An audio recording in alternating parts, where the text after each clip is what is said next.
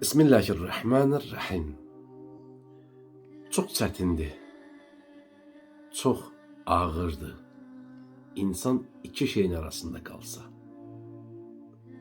Öz istəklərim və Allahın istəyi.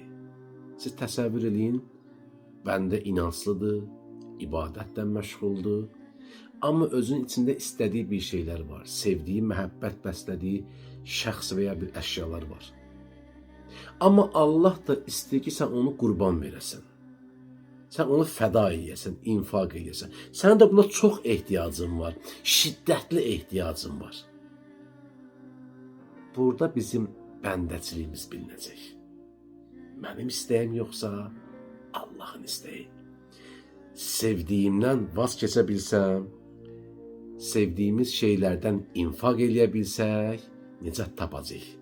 Yox, edə bilməsək, o zaman bizim bəndəçiliyimiz sual altındadır.